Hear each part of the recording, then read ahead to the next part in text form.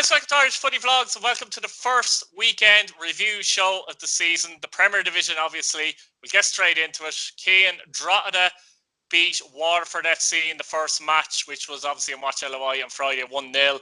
A late goal, 89-minute OG from Evans after good work from James Brown. Great win for Drogheda, great start for them. What did you make of this game overall? Yeah, look, I think Drogheda, the pressure was on them. They had to win this game, I think, and it was a lot more even than I expected. I thought Drogheda were definitely well on top. I think if anyone was going to win the game, it was Drogheda. But, you know, they lacked that cutting edge, which will come in time up front. You know, after a couple of games, the chances, they start creating them and they start scoring. I've no doubt about it. But I just thought Drogheda managed the game very well. They played some decent stuff at times, and you know, they were alive in the middle third, and they'll get the movement right, and they'll start turning chances into goals in the final third, I've no doubt. But they look solid at the back, they look solid in the middle, and look, I've no doubt, like I said, they're going to start forward and up front as well. They started actually very sharp, but it took Waterford a while, didn't it, to get the grips with the game. They look like they'd one or two individual players, but they just don't look like a unit yet, to be honest, do they? No, look, and it's not going to. It's going to take, before the season starts settling down, it's going to take 7-8 games before we even start seeing how teams play and how teams gel together. But look, you can't argue with a win the first day. Were there any Waterford players that you'd pick out and say they were good individually, like rather than, I know collectively they were a bit off, but it just shows you that there's no easy games. Like I still think Waterford are going to be down there, but you know, we're in 2 wins, they can find themselves sixth, and that's the way I'm looking at it. They're not going to set the world alight. Nobody really stood out for me. It's the first game. It's the first time I've really seen a lot of the players play. So, you know, we watched the game back again this morning just to try and have a look at it and see. But I was, you know, I think if I'm a Waterford fan there, you know, there's something to build on, and like it's not doom and gloom. Like there's a little bit about them, and you know, they obviously have that bit of quality, but just can they get the points on the board early enough? Like, because if teams start settling down and getting into a groove, they don't want to become the whipping boys. So I would say, you know, we're in the first 10 games. They need to pick up their fair share of points and just get points on the board, because that's the most important. But look, it wasn't a bad performance. I don't think it was. Between the two sides, there wasn't really much in it, and I expect every game in the league to be like that. There's not much in it, but from top to bottom, there's really not much in it. Like, and we've seen, like, we want to speak about Rovers and Pats and stuff. Like, Pats were 6 last year, and there was still nothing between Pats and Rovers, Pats and Dundalk. So, and that goes right through the whole league. You see, obviously, 10th playing first or second and giving them a right go. So, the league is going to be so competitive. I think we've learned that after this weekend alone, and look, it makes for a great advert, and it's very hard to predict, but there's definitely something to build on with Waterford. Like, I expect the Drogheda to win it more comfortably, but that's no disrespect to Drogheda or no disrespect to Waterford. I thought Waterford played really, really well to hold Drogheda for as long as possible. Look, if they got a point, it would have been a fantastic result for them, but you know, there's something to build on there. It's the first day of the season. There's 35 games left. You know, it's a lot of football to be played. So I wouldn't be too down if I was a Waterford fan after seeing that performance. I think just one of the annoying things from a Waterford point of view is Cian Kavanagh wasn't registered and he's with the club a month. I mean, it's things like that Waterford fans just scratch their head and go, "Look, lads, what's going on there?" Yeah. It's the same. It's the same now for a couple of seasons, to be honest.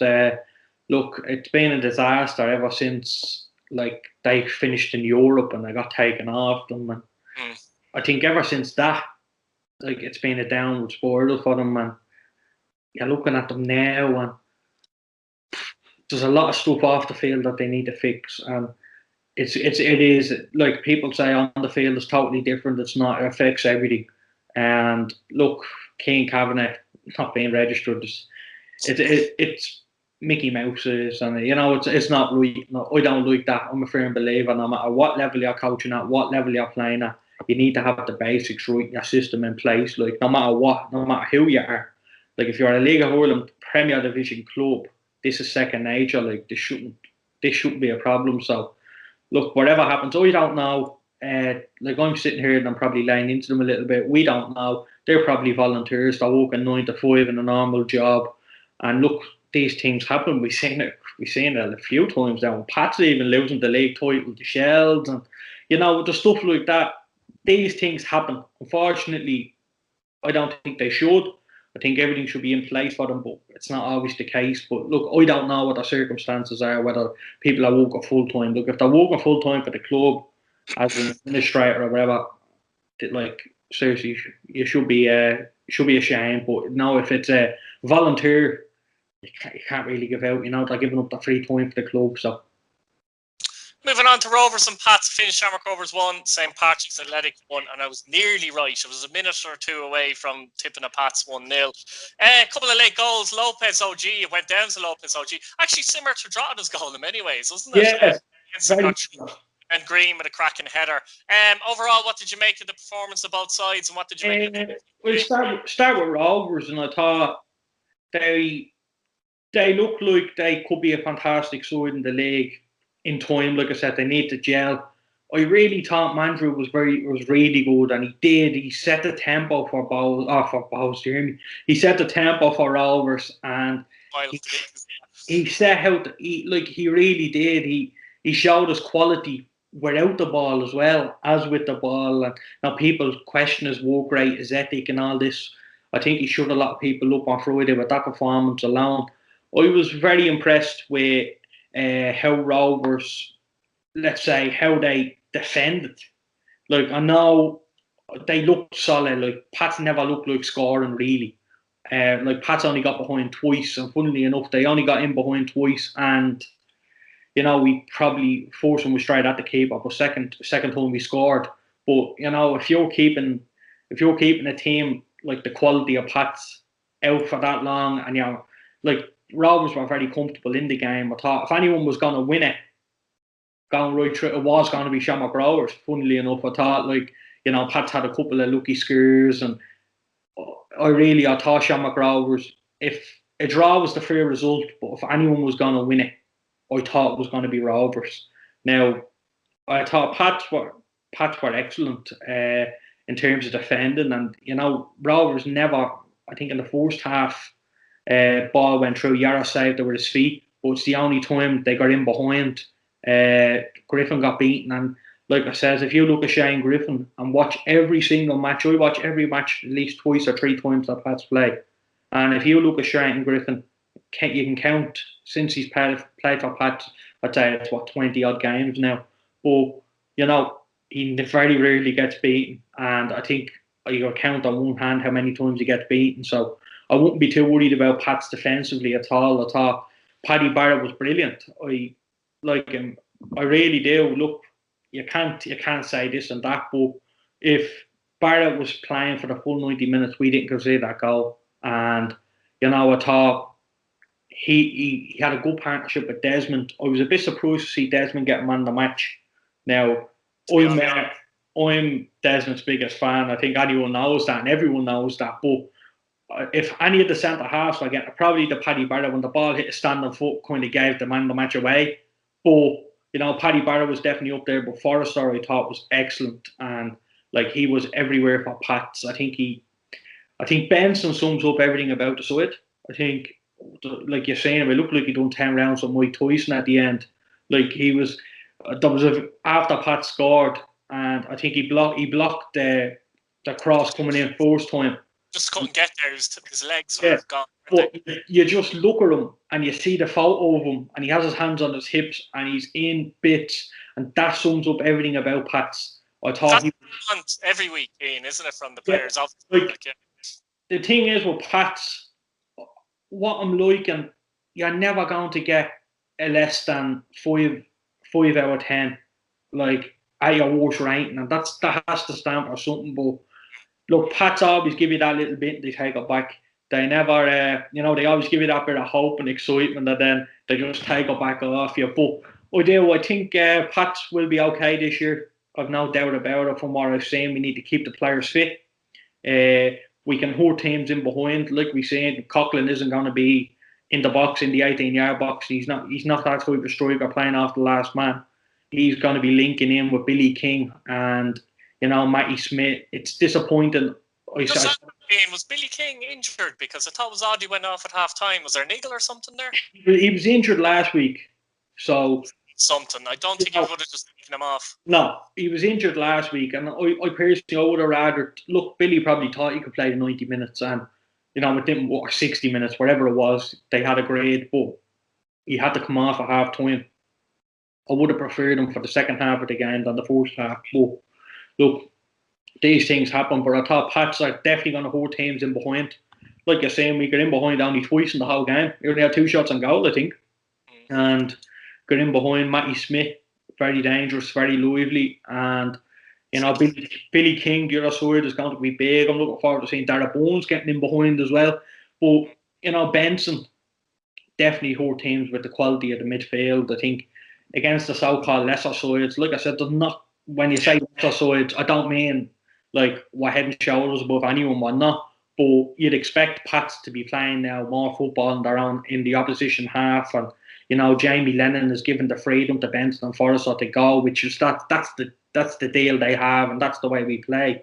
So I've no doubt Pats will definitely, if we play like that every week, if we put even, look, I'd love to see that every week, and I've no doubt we will. Stephen O'Donnell instills that.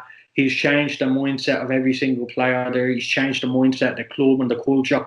Like, I would take a 1-0 loss nearly every week if that amount of effort and that fight is put in. Like, I've no question about it. Look, obviously we'd look to win, but if it really came down to it, and you see how much we put on the line, we're dangerous. We're really dangerous when we get in behind. Our downfall is against so-called lesser sides. So it's all well and good getting a point in Rovers, but we need to beat Drogheda the next week, and then we need to get something off Bowes as well the following week, and that's the way it is. We're beating big teams, taking big scalps off the Dundalks and Rovers in recent seasons, and we're losing to a Finn Harps away or a Derry away, like, so. That's our downfall, and that's what's wrong with us. But that's me really.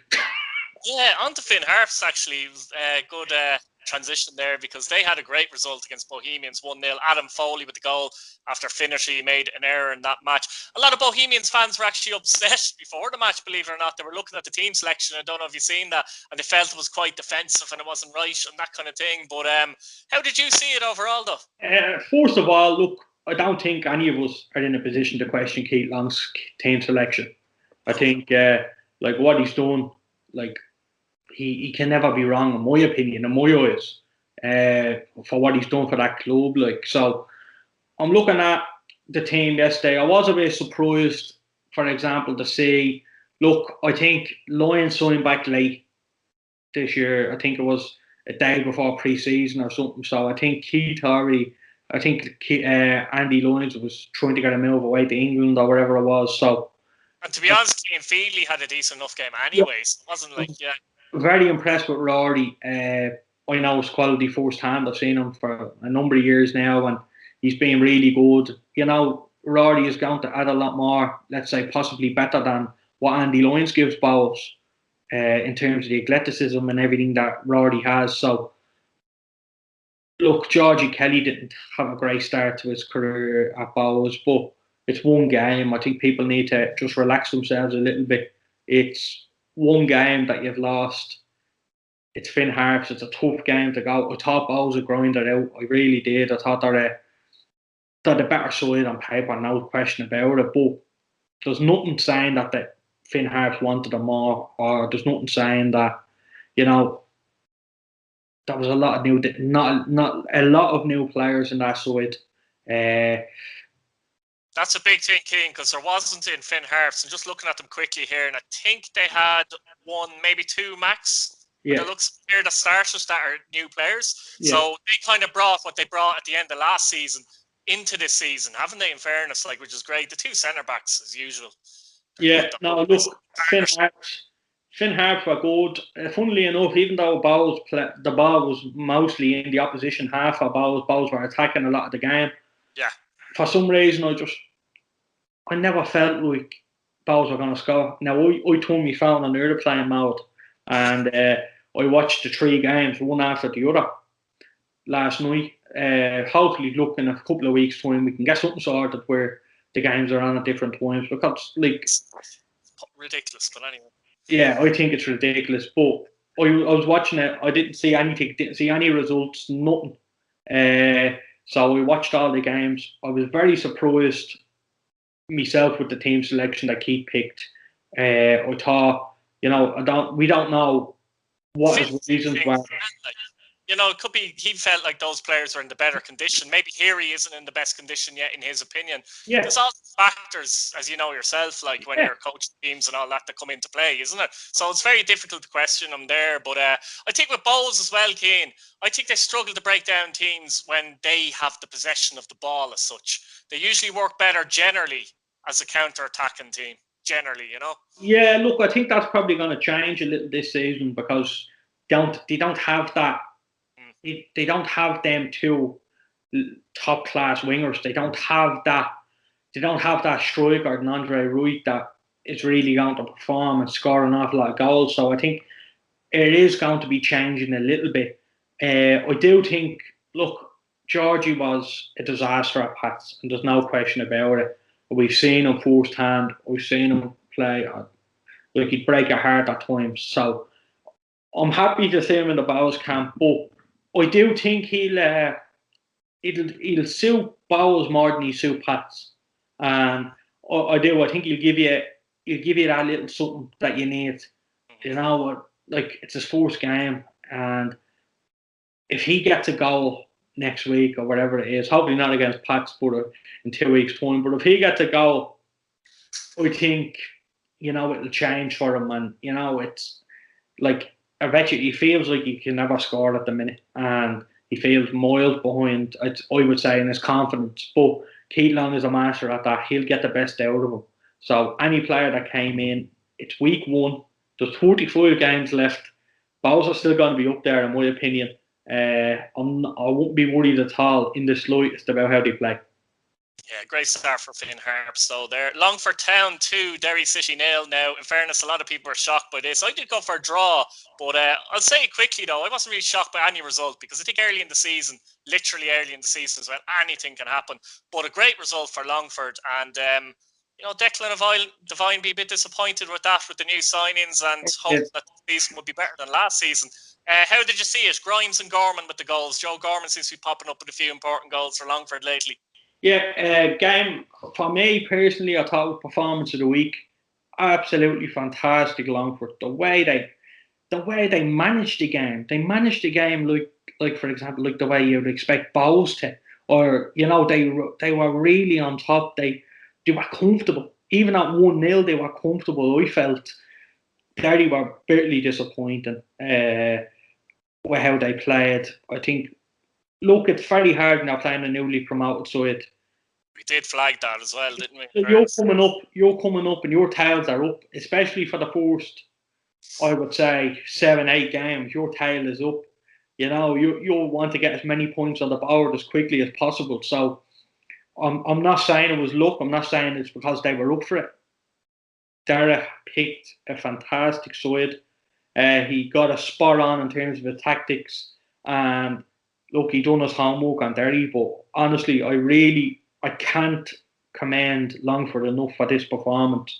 I'm not saying Derry were that bad, because Longford were just really good, and how they played, I was shocked. I was surprised. I watched. This was the 3rd game I watched, so I'm after watching Dundalk and Sligo live. Then I watched Bowles. Like, I don't know what time it was. It was late anyway, going to bed. But I thought Longford bossed it, and the game management was exceptional. Dean Zambra, stuff like that, really, really good. And I was impressed. I have to say, I was really, really impressed. And it just shows you. Look, I put Longford to finish 10th, so did you, and I think probably 500,000 people did as well. But you're looking at how they performed there. There's a lot of football to be played. It's only week 1, like I keep saying. So I wouldn't be too upbeat, or I wouldn't be. They may as well enjoy it while they can, because I do think they'll still be down there as such. But like I says, they're not going to be down there on a drift of 12 points or 10 points. They're going to be down there and they're going to be tight. They're always going to be a win away from 8th or a win away from 7th. So, looking at 30.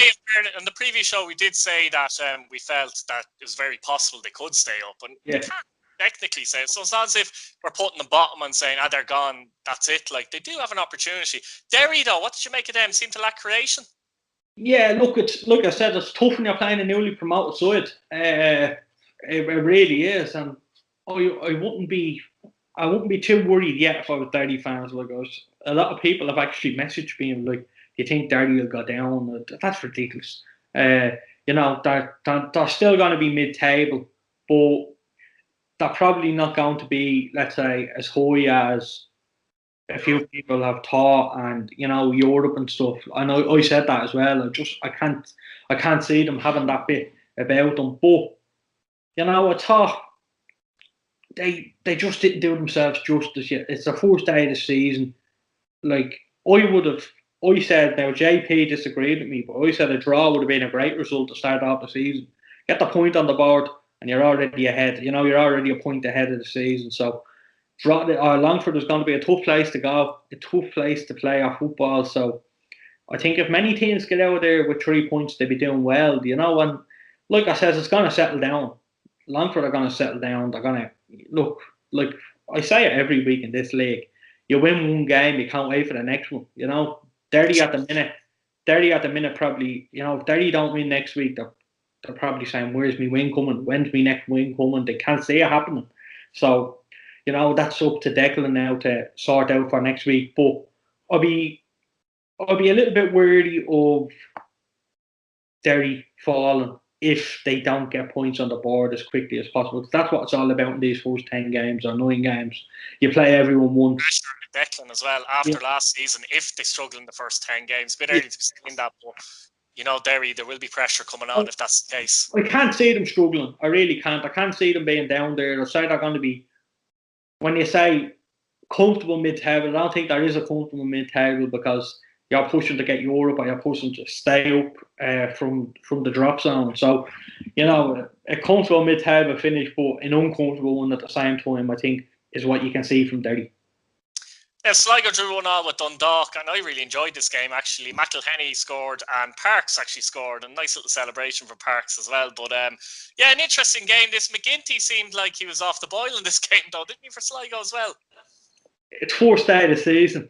He just had one of those weird games just overall, didn't he? No, it's first game of the season. Everyone is so hyped up for it. I think you can see that. Like, within the first 20 seconds, if anyone wants to watch your back, the aggression Sligo showed, the pressing Sligo showed. Now the young fellow up front, excellent. What a debut!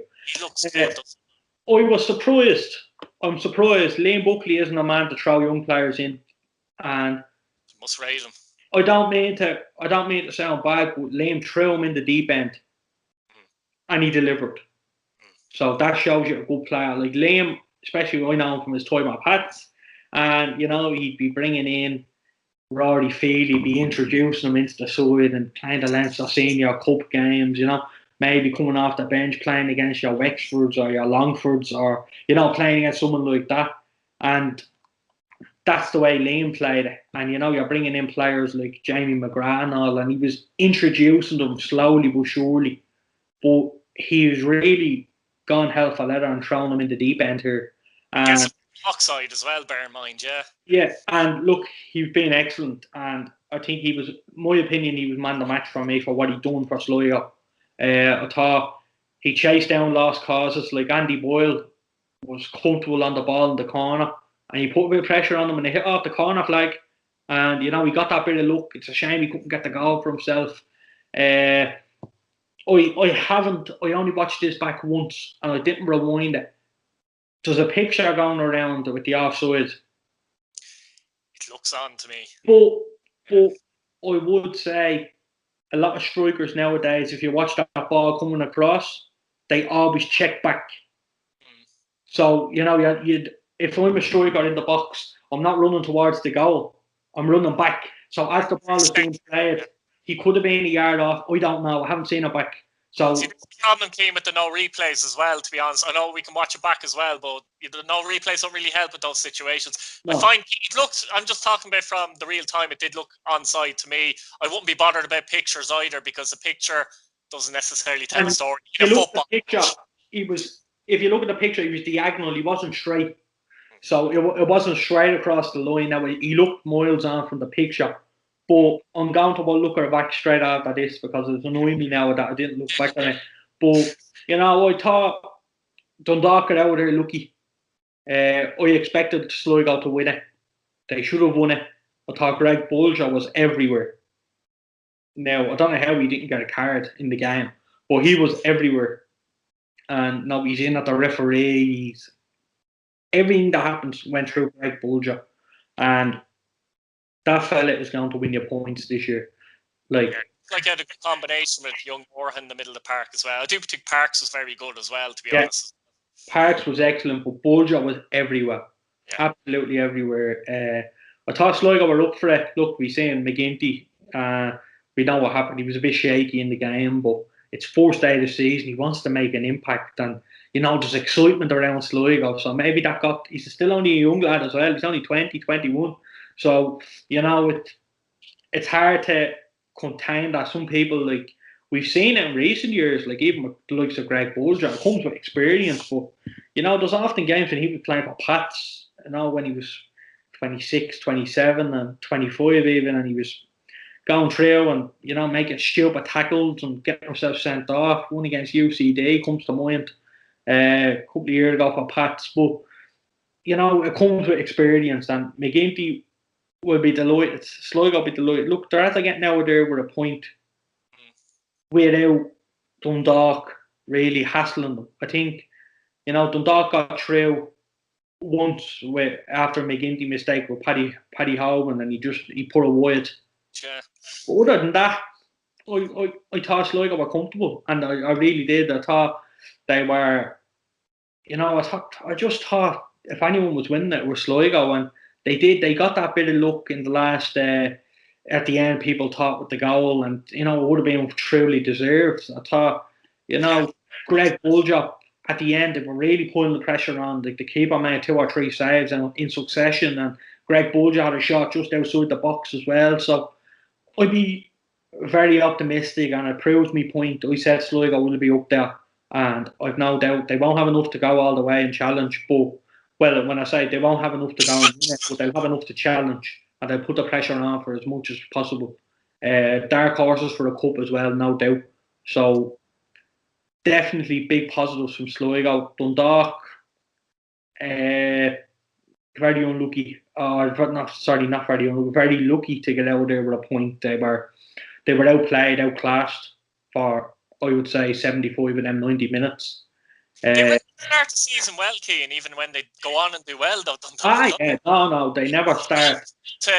It's always hard to judge Dundalk, because they're like the old Man United teams under Ferguson in a way. Really kind of get ready for a marathon, don't they? Now, I don't know. I'm just looking from the squad, and I'm looking. It looks like, I don't know personally. Now, I could be totally off and totally wrong here, but now we'll see it in cup games coming up. But last week, Shane Keegan was on the line screaming and shouting.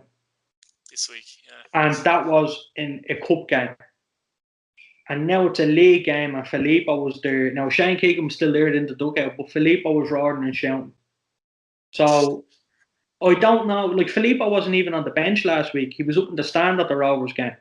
So I don't know whether there's something. Now, I could be wrong, but I'm thinking, is Shane going to be looking after the cup games and Filippo has the league? I just don't know. But what it's I'm saying, stupid. It's the rules stupid, really, when you think about it. Look, Pats have the rule as well. So it's clear that Stephen O'Donnell's the manager. Do you get me? But I don't. I personally, I know myself as a coach. These coaching badges are expensive, and I'm going from the A next year, which is what Filippo hasn't even got. Funnily enough, but you're looking at Stephen O'Donnell and stuff on it. That's grand.